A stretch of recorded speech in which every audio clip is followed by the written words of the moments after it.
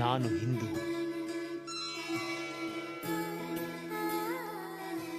ನಮ್ಮ ಸಂಸ್ಕೃತಿ ನಮ್ಮ ಹೆಮ್ಮೆ. ಅದನ್ನು ಬೆಳೆಸೋಣ, ಅದನ್ನು ಉಳಿಸೋಣ. ಕರ್ಪೂರ ಕಾಂತಿ ದೇಹಾಯ ಬ್ರಹ್ಮಮೂರ್ತಿಧರಾಯ ಚ ವೇದಶಾಸ್ತ್ರ ಪರಿಜ್ಞಾಯ ದತ್ತಾತ್ರೇಯ ನಮೋಸ್ತುತೆ. ಅಧ್ಯಾಯ 23. ಶ್ರೀ ಗಣೇಶಾಯ ನಮಃ. ಮಾರನೇ ದಿನ ತೋಟಿಗರು ದಿನದಂತೆ ಎಮ್ಮೆಯನ್ನು ಬಾಡಿಗೆ ಪಡಲಿಕ್ಕೆ ಬರ್ತಾರೆ. ಆಗ ಬ್ರಾಹ್ಮಣನು ಅವರಿಗೆ, ಈಗ ಎಮ್ಮೆ ಒಪ್ಪತ್ತಿಗೆ 2 ತಂಬಿಗೆ ಹಾಲನ್ನು ಕೊಡುತ್ತೆ, ಕಾರಣ ಅದನ್ನು ದುಡಿಸುವುದು ಅಹಿತವಾಗುತ್ತೆ ಅಂತ ಹೇಳಿ ಅದೇ ತಾನೇ ಹಿಂಡ್ಕೊಂಡಿದ್ದ ಹಾಲಿನ ಪಾತ್ರೆಯನ್ನು ತಂದು ತೋರಿಸ್ತಾನೆ. ಇದನ್ನು ಕಂಡ ತೋಟಿಗರು ವಿಸ್ಮಯಗೊಳ್ತಾರೆ. ಮುದಿ ಬರಡೆಮ್ಮೆ ಹಾಲು ಕೊಡುವ ಸುದ್ದಿ ಊರಲ್ಲೆಲ್ಲ ಹಬ್ಬತ್ತೆ. ಆ ಊರಿನ ಗ್ರಾಮಾಧಿಪತಿಗೂ ಕೂಡ ತಿಳಿಯುತ್ತೆ. ಆಗ ಅವನು ಆ ಬ್ರಾಹ್ಮಣನ ಮನೆಗೆ ಹೋಗಿ ನಿಜ ಸಂಗತಿಯನ್ನು ಪ್ರತ್ಯಕ್ಷ ನೋಡಿ ಶ್ರೀ ಗುರುವಿನ ಅಪಾರ ಮಹಿಮೆಯನ್ನು ಮತ್ತು ಅವರಿಂದ ಅನುಗ್ರಹಿತವಾದ ಬ್ರಾಹ್ಮಣರನ್ನು ಹೊಗಳ್ತಾನೆ. ಕೂಡಲೇ ಆ ಗ್ರಾಮಾಧಿಪತಿಯು ಶ್ರೀ ಗುರುವನ್ನು ಕರೆತರಲಿಕ್ಕೆ ತನ್ನ ಪರಿವಾರದೊಂದಿಗೆ ಸಂಗಮಕ್ಕೆ ಹೋಗ್ತಾನೆ. ಅವರಿಗೆ ಸಾಷ್ಟಾಂಗವರೆಗಿ ತಮ್ಮ ಮಹಿಮೆ ಅಪಾರವಾಗಿದೆ, ಮಂದಮತಿಗಳಾದ ನಮ್ಮನ್ನು ಉದ್ಧರಿಸ್ರಿ ಅಂತ ಬೇಡ್ಕೊತಾನೆ.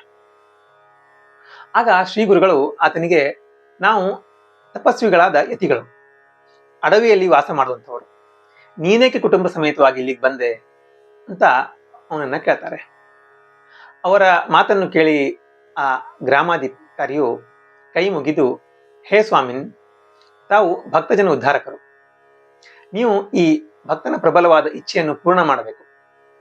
ನೀವು ಗಾಣಗಾಪುರಕ್ಕೆ ಆಗಮಿಸಿ ತಮ್ಮ ಪಾದಧೂಳಿಯಿಂದ ಗಾಣಗಾಪುರವನ್ನು ಪವಿತ್ರ ಮಾಡಬೇಕು.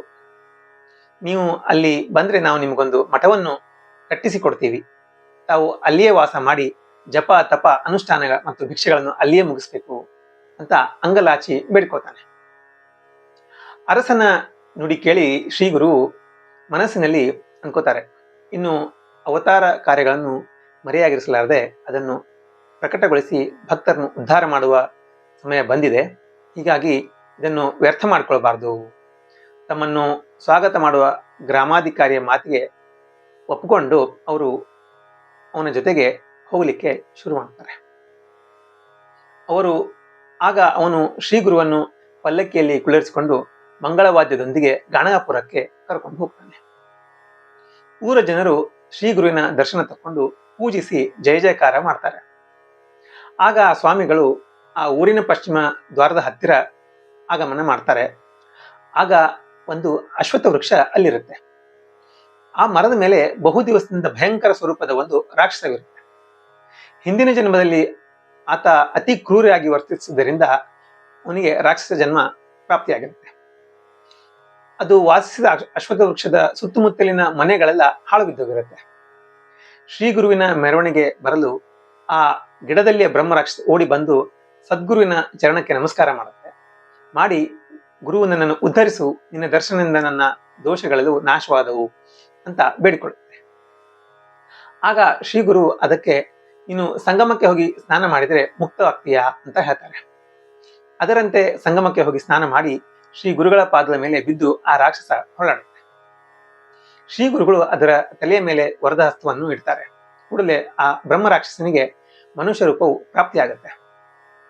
ಅವನು ಶಾಪ ವಿಮುಕ್ತನಾಗಿ ಗುರುವನ್ನು ಸ್ಮರಿಸುತ್ತಾ ಹೋಗ್ತಾನೆ.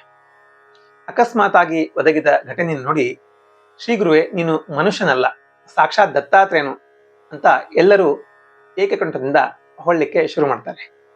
ಗುರುದೇವ ದತ್ತ ಅಂತ ಎಲ್ಲರೂ ನಮಸ್ಕರಿಸ್ತಾರೆ. ಅರಸನು ವಚನದಂತೆ ಶ್ರೀ ಗುರುವಿಗೆ ಅಶ್ವತ್ಥ ವೃಕ್ಷದ ಸನ್ನಿಧಿಯಲ್ಲಿ ಒಂದು ಮಠವನ್ನು ಕಟ್ಟಿಸಿ ಕೊಡ್ತಾನೆ. ಭಕ್ತಿ ಭಾವದಿಂದ ಶ್ರೀ ಗುರುವನ್ನು ಪೂಜೆ ಮಾಡ್ತಾನೆ. ಶ್ರೀ ಗುರು ದಿನಾಲು ಅಲ್ಲಿಂದ ಸಂಗಮಕ್ಕೆ ಅನುಷ್ಠಾನಕ್ಕೆ ಹೋಗಿ ಬರ್ತಾ ಇರ್ತಾರೆ. ಆತನು ಶ್ರೀ ಗುರುವನ್ನು ತನ್ನ ಪಲ್ಲಕ್ಕಿಯಲ್ಲಿ ಕುಳ್ಳಿರಿಸಿಕೊಂಡು ಸಂಗಮದವರೆಗೆ ಹೋಗಿ ಕಳಿಸಿ ಬರ್ತಾ ಇರ್ತಾನೆ. ಹಾಗೂ ಬರುವ ಹೊತ್ತಿಗೆ ಬಾಗಿಲಲ್ಲಿ ಕಾದಿದ್ದ ಅವರನ್ನು ಎದುರುಗೊಳ್ತಾ ಇರ್ತಾನೆ. ಶ್ರೀ ಗುರು ಭಕ್ತಾಧೀನನು, ಭಕ್ತರಿಗೆ ಸಂತೋಷವಾಗಂತೆ ವರ್ತನೆ ಮಾಡ್ತಾರೆ. ಶ್ರೀ ಗುರುವಿನ ಕೀರ್ತಿ ದಿಗಂತದಲ್ಲಿ ಹಬ್ಬಲಿಕ್ಕೆ ಶುರು ಆಗುತ್ತೆ. ಶ್ರೀ ಗುರುವಿನ ಪಾದ ಸ್ಪರ್ಶದಿಂದ ಗಾಣಗಾಪುರವು ಪುಣ್ಯಕ್ಷೇತ್ರವಾಗುತ್ತೆ ಎಂಬಲ್ಲಿಗೆ ಶ್ರೀ ಗುರು ಚರಿತ್ರೆಯ 23ನೇ ಅಧ್ಯಾಯವು ಸಮಾಪ್ತಿಯಾಯಿತು. ಶ್ರೀ ಗುರುಭ್ಯೋ ನಮಃ.